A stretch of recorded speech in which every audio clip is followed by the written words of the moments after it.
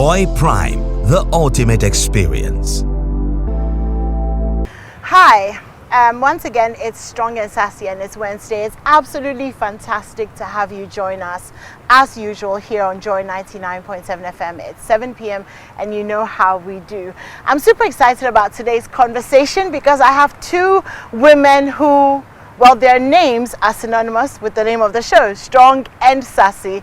They don't need much of an introduction. They've been making waves for a very long time. And today I'm privileged to sit down with them.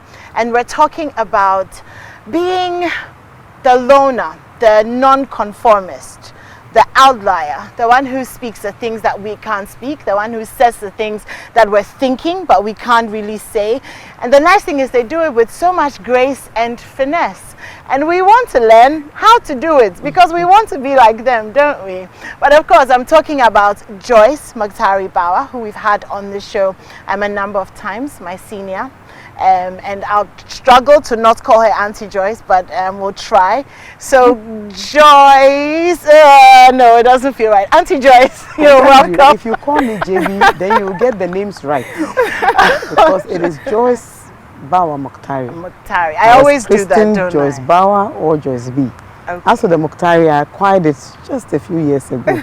And even I am still trying to adjust to it. Okay. Exactly. Okay, so Auntie Joyce joins us. Sorry, I can't do it without the auntie. And of course, Bridget Otoo, who also needs no introduction. You're welcome. It's your first time on Strong and Sassy. Yes. It's fantastic I know all to have about you. Strong and Sassy. Well, you are strong and sassy, so I think that we really wanted to have a conversation about being the woman who stands out in a society that forces us to conform, and the price that we pay for making that decision. And Auntie Joyce is smiling, so I'm going to start with her. So Auntie Joyce, do you want to just tell us what the journey has been like, coming to the point where you say the things that we're thinking that we can't say, and you confront the things that we want to confront but perhaps are a little bit afraid of confronting? Well, thank you very much. Hello to you, and of course hello to Bridget. I've looked so much forward to actually meeting Bridget directly and hoping to have lunch with her. And so when I found out a few minutes ago that I was coming here with her, I thought we would finally have this lunch date. Yes. So I'm sure from here maybe all three of us can find a day when we can meet and do that. You know, it's been quite a journey. And I don't think that you arrive at a point where you learn how to say something or how to do something. I think it is something that you actually grow into. Okay. And it never gets any easier. And it doesn't get better. And you shouldn't expect that people will applaud you all the time or that they will sing your praises all the time. And much as you want to say it as a test, not everybody likes to hear you say it as a test. And you know, day in, day out, you keep getting reminders, receipts of just how people probably hate your guts. How people probably don't. There's a very beautiful Latin term that I use whenever I'm with my young mentees. You know, there was a day when I met a young girl and she said, "Oh, Auntie Joyce, oh, someone said you're so arrogant.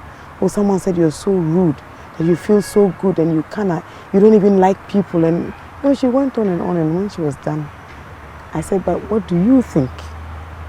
She said, "So even your voice, you know, when I called you and you picked up, even how you responded, how you answered." She said, I couldn't even speak because I was so shocked. And in fact, she had also been told that, oh, she wouldn't even answer your call. You know, so it is how to stay grounded, how to stay true to yourself. It is the negative things that also accompany who you have become. It is how someone meets you, for example, in my case with your husband, and finds out that your husband is this very strong individual too. And the first thing is to express surprise. Oh, I didn't even know. So I'm at the pediatricians with my young children, and then hubby is sitting there and humming away, waiting for the doctor. And then a gentleman that I didn't even know walks in, and then we're chatting. I said, "Oh, meet my husband, Hoodoo." And then I saw he was taken aback. I said, "Oh, but I know this guy." I said, "Well, so how come I didn't know that was your husband?" I said, "Well, maybe you never even bothered to ask." Yeah. And then they go way back, all the way to Kwame Nkrumah University of Science, years before I even met him. But it was what he said after. He said, you know, I'm really shocked. And then I said, but why are you shocked? Why did I always think you were single, or that you were divorced, or that you were separated? So there is a lot that happens to you in this space. If you don't stand on firm grounds. Sometimes you hear stories about yourself and you will wonder. But I think the best thing about this question you are asking is that when people encounter you, when they actually get to feel you for themselves, when they follow you for a few days, when they interact with you, for me is when people actually come into my office or walk into my home. Then it's like, what? Are you really like this all the time? So why did I think you're this hard woman? You are this insensitive woman. Or you are this woman who is out looking for something, or who is in need of something. Why did I think that you are so hard because something in your life is missing? Yeah. You understand? There's all these connotations. And any independent woman that you will meet will share these same in fact, sometimes even we do it to each other. Yeah. More than even the men do. And from here I have a very short article that I thought would shake the tables. So even though I had it edited last night, I wasn't too sure. I think but then the unedited. Coming here, I said to myself, after this show, I'll have a fantastic opener. Yeah. It is not an easy journey. The name calling, the tales, the stories, the weird things that people can conjure. Yeah. And even how people can even malign some friends of yours because they dare to be your friends. It is the same in our career paths, but it's worse in politics. Of course. Because remember, there are also ambitions that are at play, and there's a lot of competition that is at play. So you get a lot more of that. And people ask me, why don't you want to be a member of parliament? I think I've straddled a lot of this. I think I can cope just with this point. Where I want to be a very positive example, rising above the negativity, not allowing it to stop me from being who I want to be. You know, some people will accuse you of something. Yeah. They meet you and they are surprised. They hear you and they wonder, oh, but I don't think this woman can be like that. Oh, but are you sure? Oh, I thought she was this way. It's normal. Look, I told young girls of mine a few weeks ago to take a cue from somebody's example, where a female set out to destroy other females because you dislike them to the point where you want to convince yourself that they are these bad people that you believe that they are. In the process, they only ended up destroying themselves, destroying everything they had worked for, hoped for, and built for themselves. Yeah. And I think this is the example that we all need to keep harping on, so that young women in particular, you know, men have their issues, but somehow men have a way that they rally around each other. Yeah. It is the women folk that struggle with it. Yeah. And I think the worst thing for any woman to be independent is a path that you always struggle to stay on. And not just to be independent, but also to be outspoken, to be forthright, and to be honest. So without seeking to glorify some news-seeking individual, I had tried to defend this sister of mine that, we're not even friends. I know. I probably think this about... This is the second time. time. For the first one, I just said hello and I moved. Yes, this is... In fact, this is the longest... This is the longest that we've actually sat together. Yeah. Okay. No, seriously. So there's all this noise about her going back to Metro TV and all of that, and I decided to just wade into the conversation. The next headline you hear is that, oh, people are offering you jobs and people are making all sorts of comparisons and all of that. If there's anything that I have loads of, is that I'm very engaged. Engaged in politics, engaged in law, engaged in teaching, engaged in mentoring. There's only one thing that I always pray and ask God for, that I have energy and I have time. You know, I decided to start this swim dance thing because everybody says eventually that is probably what will help my thighs go down. I mean, I lift a lot of weights and I notice I'm bulking up. So I'm trying to find out how I can get. Okay. So I look a little bit, maybe a touch more feminine than I would ordinarily want to look. Okay. Even though I struggle to, you know, hide behind myself. Yes, yes. I make time. And I said to my driver this morning, be sure, this week we are going there at 9 a.m. every day. If I don't go, make sure I go. And if I'm late, I'll kill you. Oh gosh, poor driver. Good. So this is my life in a nutshell. Okay. But it is not easy. It doesn't sound easy. No. It doesn't sound No. easy. And you'll get a lot of flack. You'll get the negativity.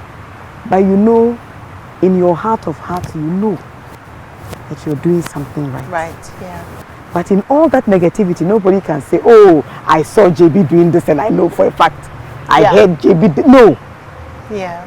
So I always tell myself every morning, remember to be a really good person. Be bold about being decent. Be confident about your virtues. Make no bones about the reputation that you have won and earned. And don't allow anybody, nobody, to take that away from you. It will always defend you, no matter what. Yeah. Even in rooms where you are not present.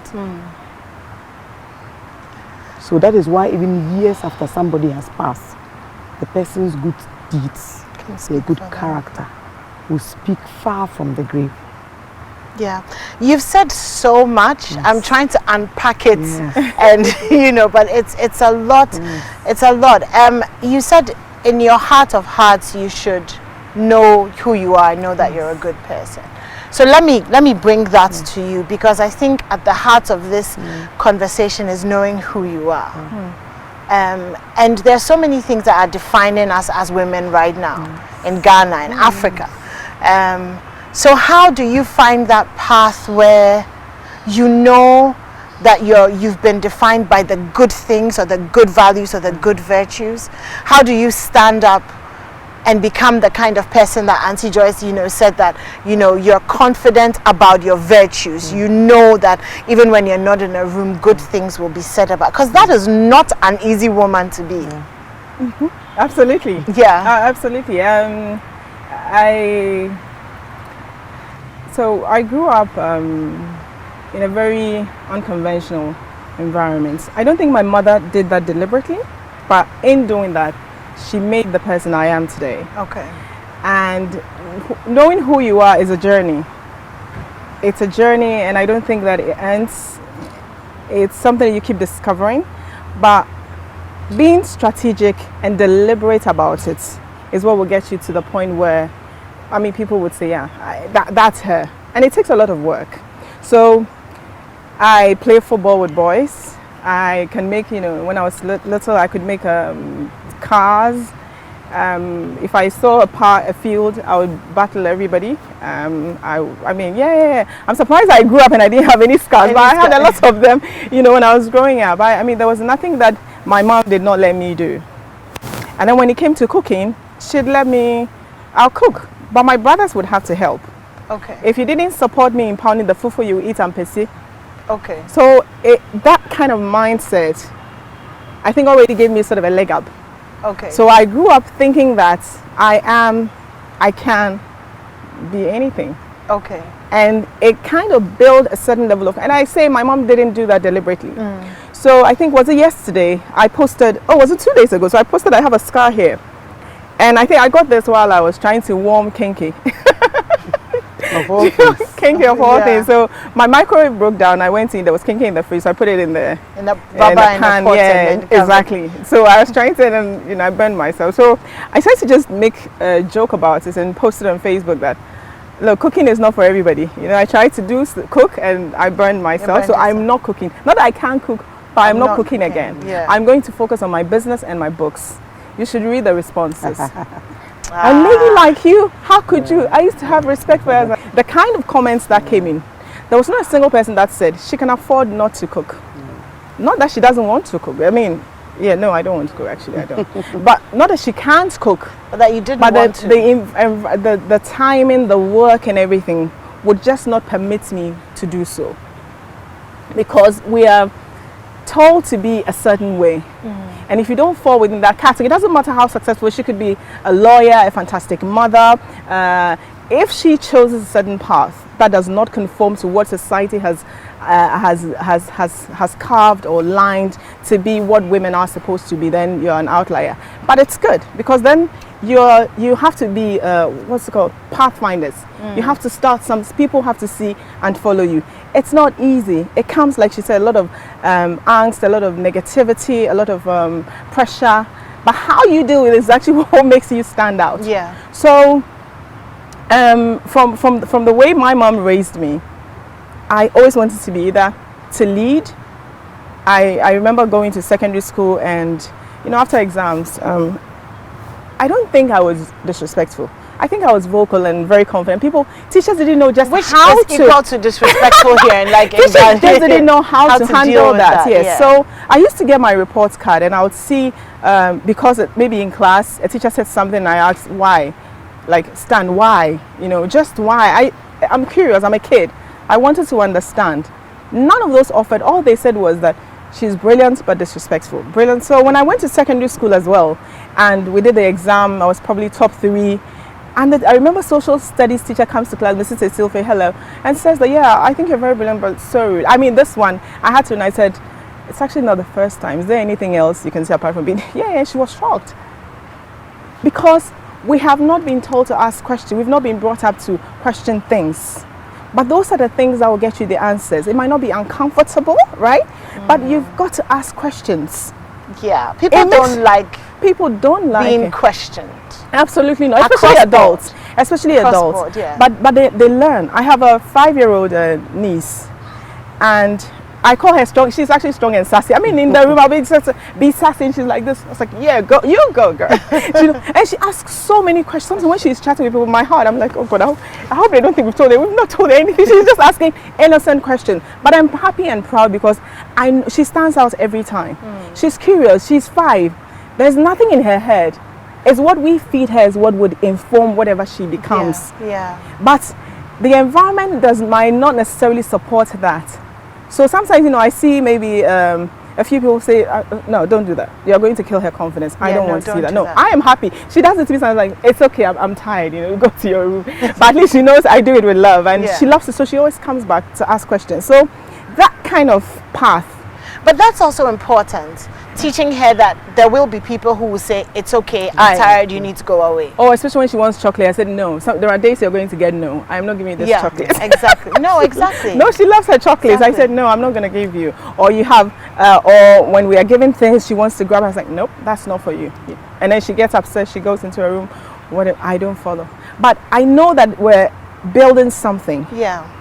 And it shows wherever she goes, she gets stalked up. It's not deliberate. It's because of the things she's exposed to at home, because we also had the privilege of our parents allowing us to be who we wanted to be, regardless of what society thought that we had to be or we ought to be.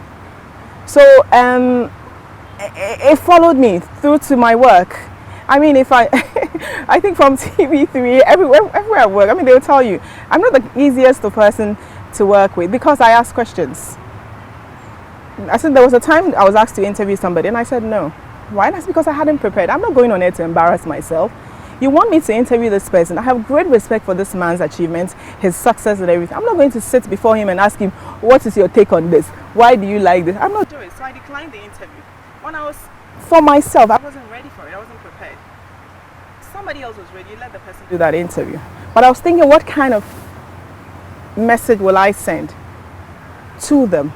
Next time, give me ample time. Let me prepare for this person, because we're going to talk about, I think it was trade. And there were specific things that were topical at the time in government. And I wanted to take my time to have a bite. So when I mention something and he's dodging, I can refer him, say, on this day you said X, Y, Z, but you're saying this day. But he will be sitting there talking, I'll be nodding. Because you don't actually know anything about but it. What all those moments did for me was to build me, gave me great confidence. You won't come to me unless you're completely, totally and completely prepared for whatever you want to do. If it's a show and a producer wants you to do it, it says, okay, Bridget can handle it. But at least just let me be aware of what it is that we're going to discuss, who we're talking to. So, because great preparation will give you great results. Without that, what are you doing? Yeah. But that's what makes you stand out. I'm listening to you, and I can see how easily you can be tagged as a difficult person.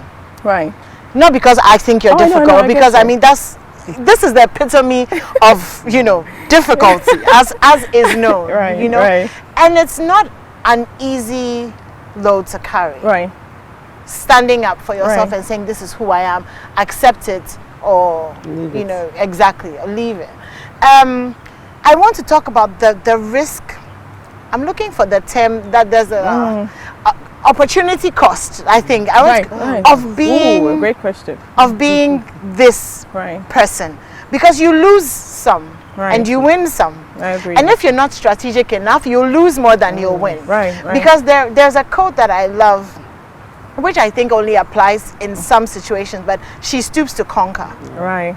Then there's also another one that is like, Oh you my know, a woman can stand anywhere as long as she goes on her knees before God. So there's definitely that place for the softness and the... How do you understand the question, right? Like, I'm trying to I asked the question, but I feel like, yes. you know, I don't think that you really need to think too much about when you want to be soft or how you want to be soft. Okay. I think genuinely it starts from a certain type of nurturing. You know, I think that for me mostly, my parents had 8 of us and we only had 1 brother. If you look at it in the scheme of things, my brother was actually the 6th of us all. So it meant that for us who were girls, we really didn't have any extreme masculine examples that you were supposed to be emulating. Yeah. So my father would relate to you in any way that he wanted to. The pet names, the name calling, the teaching, and we were extremely competitive, and we still are. Yes. Yeah. Yes, extremely competitive. So when I am out of home, I am sure that my skills towards competing on any level have been very well honed and developed. And I can also sense animosity from a long distance. Yeah, of course. And by the time I sense it, all of my responses are ready. So for example, you walk into a room where you're going to have an interview, and maybe you'd find many people who are way ahead of you. Most people will think, oh please, let me just leave. It probably is not my place. Maybe I'm not even well qualified. Maybe I'll not be suited to this role. Maybe this will even not be for me at all. But I'm not one of those. And I always think that somehow when you look at people that have a certain stature, I think we act just as we look. So most often than not, you are very brazen. Right. You know, people cannot overlook the whole 6 foot of you. If you walk past someone, no matter how you walked, someone will turn around and definitely, look. yeah. And if you are like me who loves the elevation of the shoes, it means on a normal day you are probably about 6'2", 6'3", give or Yeah. take. Yeah. You would find yourself in a room probably filled with men and you are not bullied or feel uncomfortable in any way. Yep. You don't even notice. Yeah. And recently I was in a room with about 10 other guys. The meeting went on for long, till about 3 p.m. Then I left to use the restroom. On my way back, I opened the door. I thought, how come I didn't notice that I was the only female in the room? And then I thought, that's really awkward. That you no longer notice anymore that you are even different. That's a win. Yes. It means that your mind has actually arrived at a certain point. Yeah. Because that is also very rare. But you see, it takes you back to times when you were probably even younger, even with your colleagues, with your own friends. You would lose a lot of friends as you go along. Little things would happen. Things would change. You would move to different schools.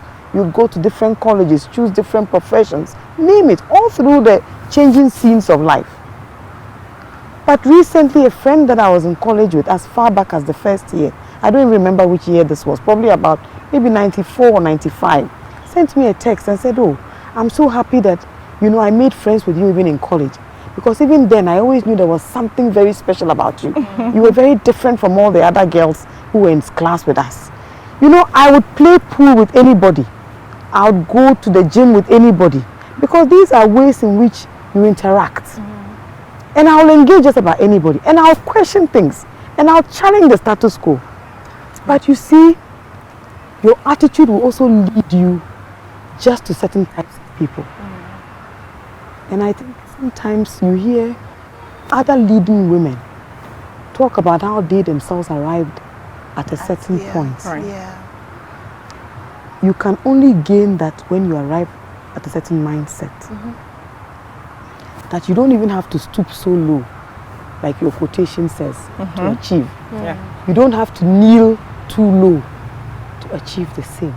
That you can even stand tall and still make things happen for you.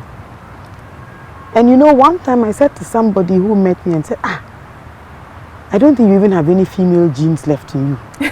You must be so hard. You know, sometimes I even pity your husband. Wow. Yes. Oh, people tell me all sorts of things. That's quite cruel. People say all sorts of things. Oh, no. Without knowing him, All without sorts of knowing... things. You'll be surprised the things you hear from men and women alike. And this was a very formal meeting. And of course, in those meetings, if you make a mistake and you call me Auntie Joyce, you probably would never like me after that. So I looked at him and I said, you are a CEO. Since you arrived there, you've been making these very condescending and patronizing remarks, you know. I said, you know something? I am a professional. Something must have brought me to this room. There's a good reason why we are around this table at this time. I think if you respect yourself, you should accord everybody around this table the same respect. I don't think that our minds are different because you are male and I'm female. I'm sure our minds work in one way or the other and work well together. It is why we are in this room together. And I said, do you know that I am an award-winning student? That at all levels of my life, I have stood out. I remember when I joined my classmates in the sixth form in Wesley Girls, and the first speech and prize giving day, it was a very funny joke. But I can't believe it, JB, you know, it's almost as if you've been here with us forever. Oh, how come you just arrived and somehow everybody knows that you're here? But you need to stand out. And when you're at school, it is your comportment, your intellect, how competitive you are. Those are the things that make you stand out. When you leave that environment and you come into the real world, there are some people that we've forgotten about. For some reason, your classmates never forget you. There must have been something that you were doing that made everybody, even your teachers. You know, you'd meet your former headmistress. I still have my class 1 teacher following me on Facebook. I'm laughing because I'm remembering why all my teachers were, because I was so naughty and troublesome. I don't think that's a good And she's thing not to surprised that I still write so much because I used to love reading. Right. I had a thing with words. I had a certain penchant for knowledge. And it's with pride that she still follows me even now. And every time I say this about women, she says, oh, but your mom and co were doing it long before you. Wow. Oh, your mother stood up for this and did this. And your mother did it this way. And I said, yes.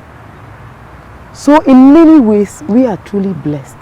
My mother actually in those days was the very first principal of one of Ghana's foremost women's training colleges. Wow. Auntie Faustina Nelson is my mother's former student. And when I met her a few days ago, she has this joke, said, oh, wear short things all the time. I want to see your legs. And I said, Auntie Faustina, I'm on terra firma. Don't worry, today we're at the funeral. Tomorrow I'll do it for you. I'll do it for you. Right. You understand? Yeah. And these are people that continue to encourage you. You might be a lot younger, but they can see something in you. You know, humility is good. But I don't think humility is supposed to make you self-effacing.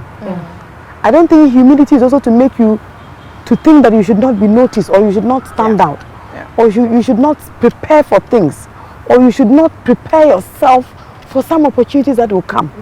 Being ready is one thing. There must be an art even to the strategy of being ready. There must be a certain structure within which you operate, even at your confidence level. That not think that because you are where you are, that other people have not tried just as much to get there. Of course. And never believe that other people are happy even that you are there. Of course, yes. And nobody will do it for you. No. You can only do it by yourself. By yourself. You are lucky if you have a family that encourages you. If you have a partner who is supportive, it's even a blessing. If you have kids that will stand up for you, why not? You know, recently I walked into my son's room and he was listening to something. And I thought, that sounds like my voice. So I came back. I said, what are you watching? He says, oh, mommy, we have an exam tomorrow. We're going to have interviews and you won't believe it. I'm just watching you on some show. Wow. You're really showing off. You're actually bluffing. You want everybody to know that you are all of these things. But you know, I walked into the next room with a spring in my step. Yeah, of course. Yeah. That he knows that whatever he says to me, his mom must be something else. Yes, yeah. You understand? That's amazing. And that should give you enormous pride. That you've done something that is positive. Yeah. that you are not just an example to the people you meet, but that even your own children Exactly. look up to you. Exactly. So I think it is that aspect that is humbling. That in whatever little corner I find myself, I try very hard to brighten that corner. That corner. At least leave a certain mark. Yeah. Many of us came into this space. I was not even your typical politician. I still remember the day the phone call came from my classmate Raymond Atuguba that President Mahama wanted to talk to me. I was on contract in Point Noir, far away from Ghana. I'd been there for about 6 months. Yes, we had gone to the campaign, we had done all of these things, the elections had drawn out and all of that, but I wasn't expecting anything. But before that, President Mills, may his soul rest in peace, had actually invited me to serve as a CEO of the National Lotteries Authority at the time. A few months later, I got a UN scholarship to go back to school. It was a huge scholarship. It was a privilege that so many women had applied, and I had been selected from Ghana to take advantage of that scholarship. It was not a choice between an opportunity to serve as CEO and to go to school. Yeah. For me, it was a path that I think that God wanted me to take. And I remember going to Dr. Dufour's office and asking to be sworn in. But whilst I was seated there, my mind was still like, are you sure you want to do this? Maybe you should go to school. I sat there for a few hours and Dr. Dufour appeared. Guess what I told him? I said, Doc, you know something? I just got this letter. I think I'm going to school. Maybe you should find somebody else. Oh. And that was it. And I think that that decision I made at that time, despite the opportunities that this job would have presented, opened even more doors to me than I'd imagined. Of course. I became the very best student in maritime law at the time. I didn't even expect it. I had a thesis that became a case study for many students. People used to call me from other countries. Oh, madam, you know, I just saw your paper. Oh, what a great paper. Oh, can you help me out? Can you do this? And it opened even new doors, chapters and new doors. So sometimes maybe we are too quick to achieve accolades. But I say one thing. Once God says that, like David, like Samuel, I will bless you, this daughter of mine, He will bless you anyway. What you should never do is to take those blessings for granted. And I have never forgotten just what God set out to do with me. You would find some powerful enemies, no matter what. But even they, in the moments when they really think about it, they know. They know. That's so, this one, dear. So sometimes it's all sorts of things. It's a certain puzzle. It's like playing Scrabble. You find the boxes all over and you wonder, you'd even use words that you probably have never used in ordinary conversations. Which don't make sense. Which don't make sense. But when the game is finally over, you can take the patterns very beautifully. That's true. And I think for us women, what we should be looking at more is how all these puzzles will come together eventually to form that pattern that you see. Okay, I feel like we could end, but let's talk about the risk win lose, dynamic that you have to. But how do you know? And Auntie Joyce actually talked about it. The fact that instead of taking this opportunity, she went to school. That was one decision. It was weighing things, and I'm sure if things come across your table every day. Yes, and you have to weigh, greater good, immediate good. Do I take this money? Do I do this? Do I do that? How do you make those choices? It's funny because this question is actually tied into your first question about knowing who you are. I mean, I think it's good to know your strengths and your weaknesses, and sometimes the decisions aren't really yours. If you work in an organization where certain decisions will have to be made by management and you're not maybe in management or even core management or board, the only thing probably left is your worth. What do you bring to the table, as in the kind of delivery you have, how versatile or how do you affect this team? If she's out, that one is out of your purview. It's for them. Yeah. So what you can, like she said, is you're focused on something. So you build. If school, make sure you're really good. When I was in school, I was very good.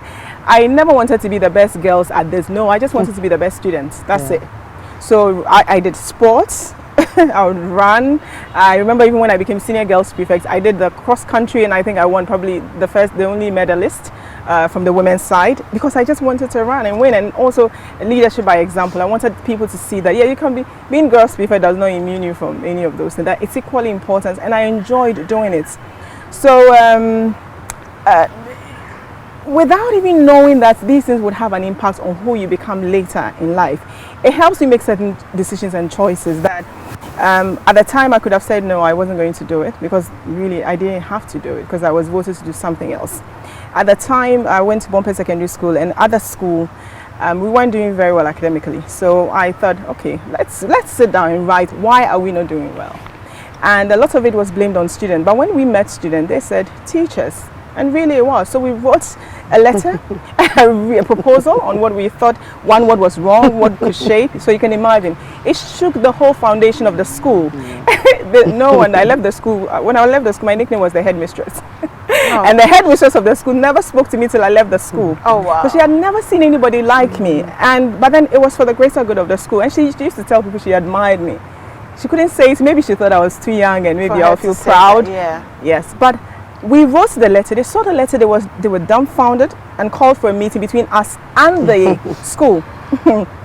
And so we went, at SRC we waited, and the boys prefect got up. I will never forget what this boy said, that, they are coming here to scare us, blah, blah, let's stand by what we said. Blah. So every single teacher was present. The first person to chicken out was him. Wow. So the headmistress speaks, and she spoke with a lot of, like authority, threatening, kind of like you can't put such language. At the time, look, I was young, I didn't know how else to polish it. If it's this, we said it was that. This teacher spends 2 weeks on a course. We just didn't know how to write. We're in secondary school. So we wrote it, and then so she came in, and when I was trembling at the point, but this boy gets up and says, foolishness is found around the heart of a child, and only the rod of God can. I was like, Thomas, please sit down. Wow. Sit down. I mean, was Thomas the one that Anim-Addo was talking about this morning? Oh my God! There are Thomases everywhere. So I said, please sit down. So I stand up and I tell the headmistress and the teacher, I said, we stand by everything we wrote in the book. We want this school to be good. And our year we did superbly well. And I was proud that I would be walking and the parents would say, because of you, I would bring my child to this school. Because of you. We did nothing if all we did was that we cared about it. We risked not being liked, and in the end we were not liked. But for the greater good of the school, we stood there and we told the teacher everything, because you've put the teachers before us. If we wanted to speak in front of it, we would have done so. We had put it on a paper. So now I have to mention this teacher, that teacher, what they had done, which I thought was so not fair. Yeah.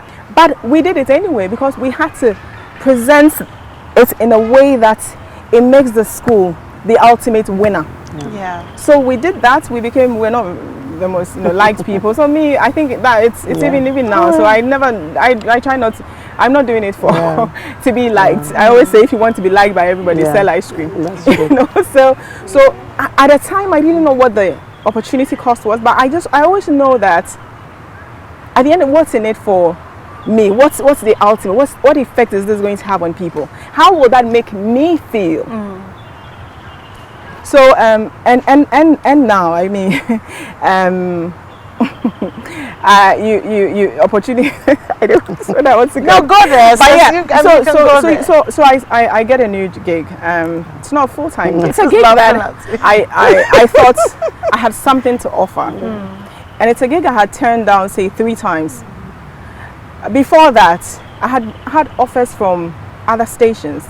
I never took it because at the time I thought mentally I had to be there 100%. As always, I have to be there 100%. I didn't think I would give my all, even if it was just for an hour. I didn't think it would. No matter how much the money was. I mean, and stations have offered like really good money, but it was not that at the time. It was just not right. So you let go of that, and then this opportunity come 1, 2, and the third time you say, okay, yes, you would. Yeah, why not? The only thing that was keeping me away was fear. Fear prevents you from doing things that you love. Fear of what people would say, fear of what the implications were, and my fears were, they were right. They were not unfounded. They were really true. But that's the thing. But I said, okay, I will do it. I will still do it. And so I did. and I'm happy I did. I'm happy at in the end how it ended. But it tells you that even when you think you're not doing anything, you think that you're just in your little corner. A lot of the time it's just me on my phone, reading and making decisions or based on what I have read. And also it's influenced by the fact that I'm a journalist, I'm a trained journalist. And I used to say TV3 before I left that it doesn't matter. I mean, I'll be away from TV, but I will never stop following the news because it's just who I am. I would, whether I am in front of the camera, behind the camera, I would do it. And it's the very thing that attracts people who are looking for talents. So yes, be not afraid to be different, but make sure you're authentic. You know yourself enough to know this opportunity. No, you don't want this opportunity. You can turn it down. But even this one, whatever storm it comes with, you can stand and not to use the word defeat, but to conquer. To conquer. It's the same. Yeah. But that's it. So perhaps a station maybe like Metro was probably not even ready for the kind of storm that came. But there's the opportunity in it for them everybody's talking about it. And there's even more pressure on us to deliver even more. Of course. Yes. So I think even in the lead up to the 2016 elections, I mean, at a point, I was so vocal to the point where I was unpopular. Unpopular as in the newsroom. And for a lot of people, we did our campaign. I think I was probably the lead anchor. Billboards went up. People probably didn't notice the billboards went up, everything. But in the election, I was never part of the election. The billboard went down. Yes, they took the billboard down. Me there. But guess what? I had the most important job in the election. I didn't fight for it. It just came to me. So election day, I mean, yes, talent's going waste, but hey, I'm happy. I came to work. I'll report. So I see a cameraman. No, we just go out reporting. And I think in our driving town somewhere, we found, we heard on the news that, there was something happened at the EC. So we went there, and fortunately, my face kind of got me in. Okay. At that time, we didn't even have a correspondent there. Wow. So I became a correspondent for the station there at the EC HQ. But they said the whole crew come and move me. And they said, no, you already have a correspondent. She's not going. Wow. Wow. So, because you are a non-conformist. When something is going wrong, you're passionate, like, no, I can't, I won't. It just won't sit well with me. I would say it regardless, and be prepared to pay the price for it. But what those moments, even when you're down moments, they're supposed to teach you something. Yeah. A lot of the time, people worry so much about, I should have done this. Yeah, it's okay. It's okay to cry, have a moment's cry. But when you get over what did you learn from it? Because you're down, but you're actually not out. It's a moment. I think it was Aide who said that when you fall, it's not as important as what you pick from the ground. Because you can pick gold. You could pick a whole lot of things, yes. Yeah. But I think a lot of people get caught up in the fact that I'm down. Yes, I am down, that's it. But there's something it's teaching you. And that's what people should never ever lose sight of. Yes, you stoop to conquer, maybe not always. I also like it. I don't believe completely that you have to stoop to conquer anything. Not all the time, no. Maybe momentarily. Yes. Yeah, that's but what once the path is clear, make sure your truth. I think the heart of that quote is that you don't always have to go. You don't know aggression or I agree. Yeah, I think I agree. But we have about 2 minutes left. Oh. Yeah, I know. Right now? It goes by so quickly. Fun. But this is my last question, and maybe a minute each. Right, a minute. Do you feel that to be this woman is a calling? It's something that you don't have a choice but to be, because you are doing something for someone who was not raised the way you were, does not have this tenacity or strength that is in it. Right. Yeah. So do you feel that it's a calling and you have no choice but to be this person? I think we have many choices. I think one thing that never ends is that we have all sorts of choices. If there's anything that I think we have, is that life will always evolve. But I think one thing that you must know is, first and foremost, be true to thyself. What kind of person do you want to be? a person that toes the line all the time, a person that simply acquiesces with the status quo, or one who seeks not just to challenge it for challenge's sake, but you even want to challenge it so you can make change. I remember when I got a job at the then Ghana Shippers Council, both male and female were using the same washroom. I was shocked. I mean, coming from England, How does that work? where these things just never happened, I couldn't believe it. I found it so awkward that one time I walked straight to the office of the CEO and I said, do you know that both men and females actually use the same restroom? He looked at me askance. It was something he had never thought about.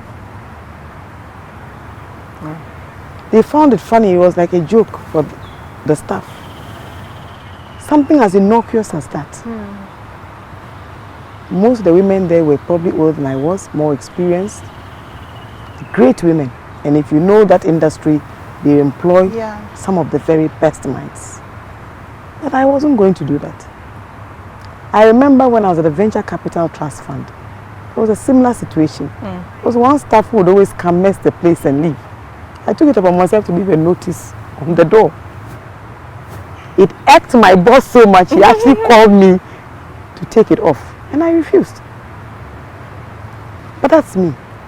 And I've always said one thing, I've had great seniors, great bosses that I could go to any day and speak my mind. And if it made sense, it would be taken on board. And if it didn't make sense, they were happy to tell me. And I'm not one to think that I'm always right, no. I know when I probably come up, you know, like I tell people all the time, my mother is, excuse me to say, I hope she will not watch this, she might not. My mom is very cantankerous. Your son will tell her. You know, and anybody who knows my mom, as soon as I start, they say, hey, yes, so Joyce, you know, when she starts, we don't go near her. But you know something? There is always a certain order, even in that sort of attitude. And within certain boundaries too.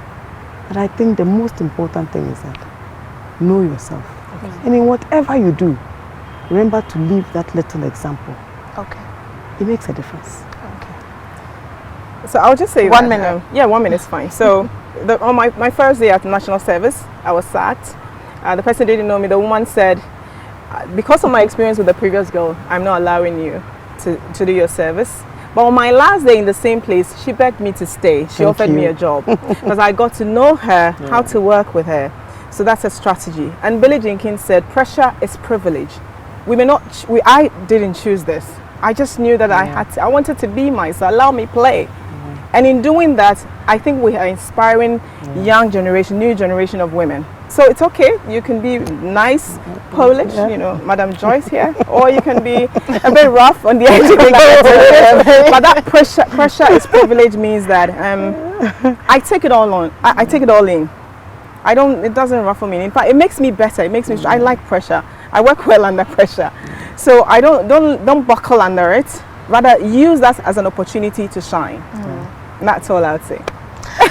Okay, we've given you so much to unpack. I'm still unpacking myself, but amazing conversation. Thank you so much. Thank you. As always, I am so privileged to have women like you, and you honor us by giving us your time. And thank you as well for listening and for staying tuned in. We absolutely love you. We'll be back next week, Wednesday, 7 o'clock. I always wanted to do that on TV. How was it? Strong and sassy. Yes. Strong and sassy. All right, okay. That's exactly who you are. Well, so sassy, funny. I know, right? Well, there you go. So we'll be back next week. A very big thank you to the amazing crew who came out here to be with us, and of course, Mirabel and Victor Brachi, my amazing producer. I love you to bits. Joy Prime, the ultimate experience.